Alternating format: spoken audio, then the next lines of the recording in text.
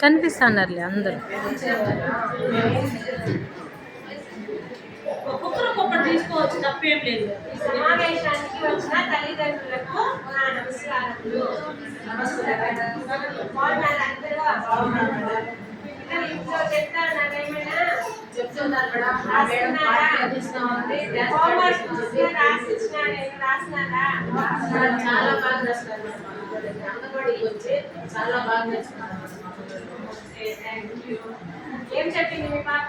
మా పాప అయితే 1 2 3 చెప్పింది, ఏబిసిడి చెప్పింది, తర్వాత రైమ్స్ చెప్పింది. ఏదో పాట చెప్పించినారంటే మీరు చాలా బాగా డ్యాన్స్ చేస్తుంది. మా ఇంట్లో చాలా బాగా చూపించింది. వీడియో చూస్తున్నారా? వీడియో చూస్తాం మేడం. మదర్స్ గ్రూప్ యాడ్ చేస్తారు మేడం. మామూలు మేము డైలీ చూస్తాం. బాగా రెస్పాండ్ అయినారు. థ్యాంక్ యూ మా. Thank you madam. మీ అబ్బాయి ఏం చేస్తున్నారమ్మా? మా అబ్బాయి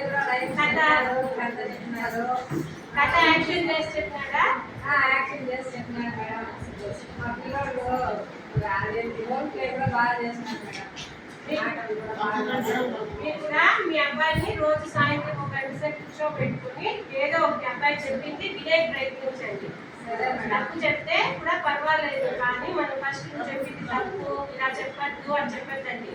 అబ్బాయి ఏం చెప్తే దాన్ని ప్రోత్సహించండి. నిదానంగా అట్లా కాదు మనలో ఇంకా అని చెప్పండి. అప్పుడు ఉత్తరవాడు మన మాట వింటాడు. అమ్మాయిమా కూర్చొని రాసింది ఏమైనా? ఫస్ట్ వర్గం పట్టుకునేకే రాకుండా అనింది, పక్కన కూడా తిరిగిచ్చి పెట్టుకుంటా అనింది. ఇప్పుడు బాగా పట్టుకుంటుంది కదా.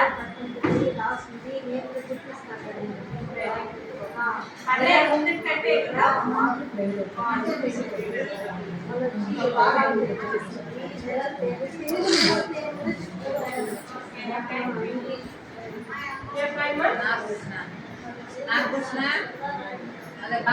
మనం ఏం చేయాలంటే ఫస్ట్ సున్నాను చూపించాల.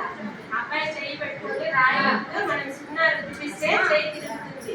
తర్వాత ఒకటి స్టాండింగ్ లైన్, ఒకటి స్లీపింగ్ లైన్, ఇలా చిన్నగా ఒకేసారి ఏ రాయి బి రాయి చెప్పలేదు. అబ్బాయికి సులువుగా సున్నా చుట్టేదే ఒక రోజు అంతా వదిలేయాల. అప్పుడు అబ్బాయిని మనము ఈజీగా చేయి తిరుగుతుంది, ఇంట్రెస్ట్గా రాస్తాడు. అట్లా కాదు ఇట్లా రాస్తామంటే వాడు రాయడు. ఆ అబ్బాయి ఏది రాస్తాడో దాన్నే 2 రోజులు మనము ఇంట్రెస్ట్గా అదే రాయి అని రాపించాలి. మేము కూడా అదే చేస్తాము. అట్లా బుక్స్ లో అబ్బాయి ఎట్లా రాస్తాడో చూసి అక్కడ ఉండే దానిపైన ఒకవేళ తప్పు రాసినప్పుడు మనకి ఎరేజ్ చేసి మళ్ళీ దాన్ని రాయమని చెప్పాలి. కానీ తప్పు ఇలా రాయొద్దు అంటే వాడికి ఇంట్రెస్ట్ పోతారు. మెల్లమెల్లగా చెప్పియాలి. అంతేనా? క్లాప్స్ కొట్టండి.